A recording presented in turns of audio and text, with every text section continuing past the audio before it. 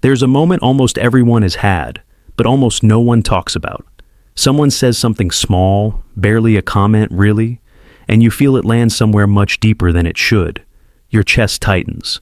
Your voice comes out sharper than you meant it to. Or maybe the opposite happens. You go quiet, you shut down, you retreat somewhere inside yourself, and you don't even fully know why. Or maybe it's this: you're driving, or doing dishes, or lying in bed, and out of nowhere, tears show up. No trigger you can point to, no reason. Just a wave that rises and passes, leaving you wondering quietly, almost embarrassed. Why did I just do that? If you've ever reacted to something and then sat afterward, confused by your own response, a little startled by yourself, you already know exactly the feeling I'm describing. And if you've ever tried to explain it to someone else, or even to yourself, and come up with nothing better than, I don't know, I just reacted, that's not a flaw in your self-awareness. That's actually a clue. Because there's a 100-year-old psychological concept discovered by a man who spent his life studying the parts of the mind most people never look at. That explains almost all of this, not in a vague, everyone's a little messed up kind of way. In a precise, almost uncomfortably accurate way. It explains the overreaction, the sudden shutdown, the tears with no apparent cause, the pattern you keep repeating with people you love, even when you swore you wouldn't, the version of you that shows up sometimes, uninvited, and doesn't feel entirely like you at all. In the next 7 minutes, I'm going to walk you through exactly what this concept is, gently, in plain language, no dense psychology jargon, nothing you need a degree to understand. But I want to be honest with you about something before we start. By the end of this video, you're going to be able to name the exact thing that has quietly been running your patterns your whole life. And most people, genuinely most people, go their entire lives without ever learning this. So, stay with me. This might be one of the most important 7 minutes you spend on yourself all year. Let's start with the man who discovered it. In the early 1900s, there was a young psychiatrist working closely with Sigmund Freud, the most famous mind in psychology at the time. His name was Carl Jung, and for years, he was considered Freud's most brilliant student, the one being quietly groomed to carry the work forward. But Jung had a growing feeling that something essential was being left out. Freud believed the unconscious mind was mostly a storage room for repressed trauma and unwanted desires, a place to be managed, contained, kept in check. Jung believed something deeper, something almost unheard of at the time, that the unconscious didn't just hold feelings we'd buried, it held entire parts of ourselves, whole disowned selves, exiled and left in the dark, still very much alive down there. This disagreement eventually ended their friendship. Jung walked away from Freud's approach entirely and went looking on his own. Think of it like this. If the conscious mind is a shoreline, visible, mapped, familiar, most psychologists of that era were content studying the sand, the tide pools, the parts anyone could see and measure. Jung didn't stop at the shore. He sailed out into the fog, into the parts of the human mind that had never been charted, willing to sit with confusion and darkness most people avoided entirely. And he came back with something remarkable, a map. Not of monsters, not of things to fear, but of the parts of ourselves we'd exiled without even realizing it. The anger we weren't allowed to feel, the needs we learned to hide, the pieces of who we are that got left behind quietly in childhood, in the name of staying safe and loved. This wasn't dry academic theory for Jung. It was deeply personal. He spent years studying his own dreams, his own darkness, before he ever asked anyone else to look at theirs. So, let's look now at exactly what he found down there, because it might be the missing piece to everything we talked about a moment ago. Now that you know who found this, let's understand exactly what he found. Jung called it the shadow, and the name alone tends to create the wrong impression. People hear shadow and think dark, dangerous, evil, something to fear, something to fight. But that's not what it means, not even close. The shadow isn't the bad part of you, it's the exiled part of you. Picture yourself as a house. When you first arrive in the world, every room in that house is open. Every emotion, every impulse, every version of you is welcome to move freely through it. The anger, the neediness, the joy that takes up too much space, the tears that come without apology. Nothing has been labeled too much yet. Nothing has been locked away. But somewhere along the way, through a sharp word, a punishment, a moment where love felt conditional on being a certain way, you learned that some of those rooms weren't safe to stay in anymore. So, without ever consciously deciding to, you closed those doors. You took the anger, the need, the softness, the parts that got you disapproval instead of love, and you moved them down into the basement, and you locked it. Not because any of it was wrong, because hiding it felt like the only way to stay safe, stay loved, stay acceptable in the world you grew up in. Here's what Jung understood, though, that most people never realize. Locking a room doesn't destroy what's inside it. It just means you stop visiting. And that basement doesn't stay quiet just because you stopped looking. While you've been living your life upstairs, showing up to work, showing up for people, trying to appear fine, something down there has been quietly rearranging the furniture, slipping upstairs while you're not looking. Showing up as the overreaction you didn't mean, the pattern you keep repeating, the sudden tears with no clear cause. This is why so much self-hatred isn't actually a moral failure. It was never proof that something is wrong with who you are. It's misdirected protection, a younger version of you, still guarding a door, still trying to keep you safe from something that stopped being dangerous a long time ago. You didn't fail to fix yourself. You've simply never been properly introduced to who's living in your basement. And that introduction starts with understanding exactly how that basement got built in the first place. This isn't just psychology. This is likely a memory you already have, even if you haven't thought about it in years. Picture a child, maybe 5 or 6 years old. Something happens, a toy breaks, a friend excludes them, a moment feels too big for their small body to hold, and they cry. Not for attention, not dramatically, just honestly the way children do, because crying is the only language they have yet for "this hurts."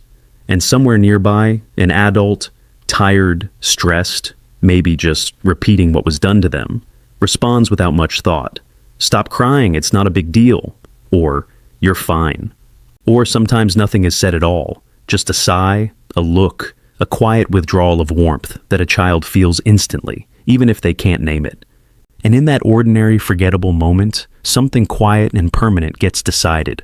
The child doesn't think, "This adult is having a hard day." They think, because this is how young minds protect themselves, feeling this much is dangerous. I need to be different to stay safe. So they adapt. They bury that crying, needing, soft part of themselves, and in its place, they build something new. A mask. Maybe it becomes the easygoing one, who never complains, never causes trouble, always goes along with whatever's happening. Maybe it becomes the strong one, who takes care of everyone else's feelings and never asks for the same in return. Maybe it becomes the perfect one, who gets it right the first time, every time, because being wrong once, a long time ago, felt unbearable. And here's the part that catches most people off guard. That mask doesn't stay a mask for long. Worn long enough, it stops feeling like a performance and starts feeling like personality. It becomes just who I am, the calm one, the responsible one, the one who's always fine. Except it was never actually who you were. It was who you learned to become, to keep the peace, to stay loved, to avoid the sting of disapproval one more time. If any part of this feels a little too familiar, if you're already thinking of the mask you built, the role you've played for years without questioning it, take a breath. You're not alone in this, and there's nothing wrong with you for having built it. Now let's look at what happens next, because that buried part didn't just disappear quietly. It's been steering things from underneath, far more than most of us ever realize. Imagine a puppet on a stage. From where the audience sits, it looks completely alive, walking, gesturing, making choices, moving with what looks like its own free will. But just behind the curtain, hidden from view, someone else is pulling the strings, and the puppet has no idea. It believes every movement is its own. This is what it feels like to be run by the shadow, and once you see it, you start noticing it everywhere. Take the perfectionist, the one who stays late redoing work no one asked them to redo, the one who apologizes for a typo nobody noticed, who feels physically uncomfortable submitting anything less than flawless. From the outside, it looks like ambition, discipline, high standards. But underneath often is a much younger part of them. terrified. Not of failure exactly, but of being seen as lazy, as not enough, as unworthy of love unless they're constantly proving their worth. The perfectionism isn't the real story. It's the mask. The fear underneath is the string being pulled. Or take the people pleaser, always available, always accommodating, always the one saying, it's totally fine, even when it clearly isn't. It looks like kindness, generosity even. But sit with them long enough, and underneath all that endless giving, there's often a quiet, simmering exhaustion. Sometimes even rage. A rage they would never admit to out loud, because somewhere along the way, they learned that having needs, or saying no, or disappointing someone was far too dangerous to risk. So, the anger doesn't disappear. It goes underground and quietly fuels the compulsive giving from below. Or the overachiever, always chasing the next promotion, the next milestone, the next thing that will finally make them feel like enough.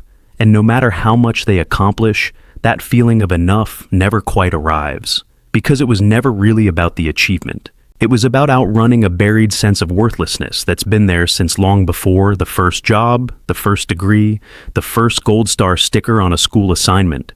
If any of this is landing a little close to home, the perfectionism, the people-pleasing, the constant chasing of enough, I want you to hear this clearly. This isn't a character flaw. It's not proof that you're weak, broken, or somehow failing at life. It's an old survival system, built by a younger version of you who genuinely needed it once. And it's still running faithfully years after the danger has passed, like a smoke alarm going off long after the fire's already been put out. You didn't choose these strings. You inherited them, quietly, a long time ago.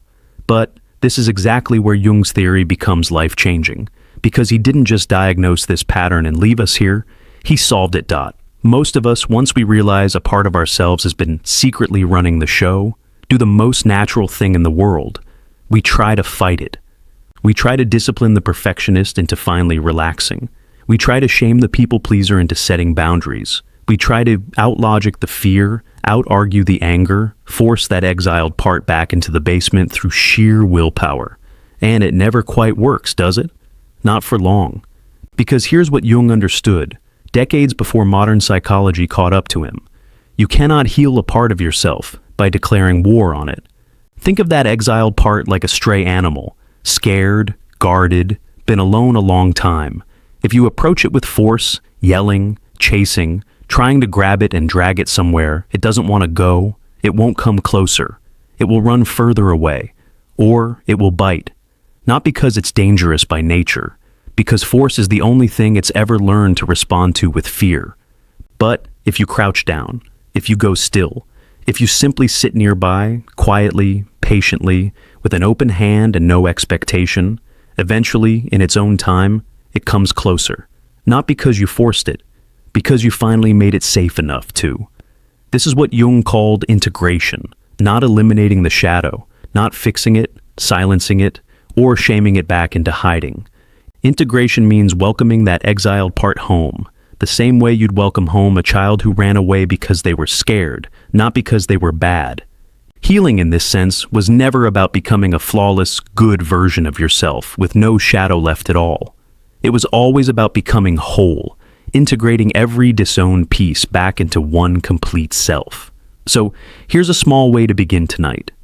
Before you fall asleep, in that quiet space between the day ending and sleep taking over, ask yourself one simple question. What part of me have I been ashamed of today? Let it surface without rushing it, and then ask the second question. What did that part actually need instead of shame? Once you have an answer, even a rough one, place a hand gently over your chest and silently say to that part of you, I see you. You kept me safe once. You can rest now. That's the whole practice. No fixing, no forcing, just acknowledgement. And if you'd like to take it one step further, I'd love for you to come down to the comments and write just one word, the part of yourself you're beginning to forgive tonight. You don't need to explain it. Just name it and let it be witnessed. Because this is where we stop just learning about the shadow and actually begin meeting it. Remember that moment we started with, the overreaction that surprised even you, the sudden shutdown, the tears that seemed to come from nowhere? Picture that moment again. Except this time, something is different. Instead of confusion, instead of the quiet embarrassment of, why did I just do that? There's a gentler question waiting in its place. What part of me needed something just now? What was it trying to protect? Instead of being startled by yourself, you meet yourself, fully. Even the parts you've spent years not looking at. This is what it actually looks like to stop being at war with yourself. Not some dramatic overnight shift into a person who never reacts, never struggles, never has a hard moment again. That was never realistic, and it was never the goal. It's smaller than that, and so much more lasting. A slight pause before the old reaction, a little less internal battle, a little more compassion in the moments that used to only bring shame. Slowly, quietly, you stop fighting yourself and start becoming simply whole. This is the deeper truth Jung left behind, one worth carrying long after this video ends. What stays unconscious keeps quietly running your life, and you call it just who I am, or bad luck, or fate, never realizing it was yours to understand all along. But what you make conscious, you finally get to hold with choice. The part of you that confuses you the most, that you've spent years trying to explain away or hide from, it was never your enemy. It was simply waiting for someone to come back for it. If this 7 minutes gave you a little more clarity about yourself, consider subscribing. This channel is a quiet space for exactly this kind of gentle, honest self-understanding. And before you go, I'd love to know, which part of yourself are you learning to welcome home? Tell me in the comments. I'll be there, reading everyone. I'll see you in the next video.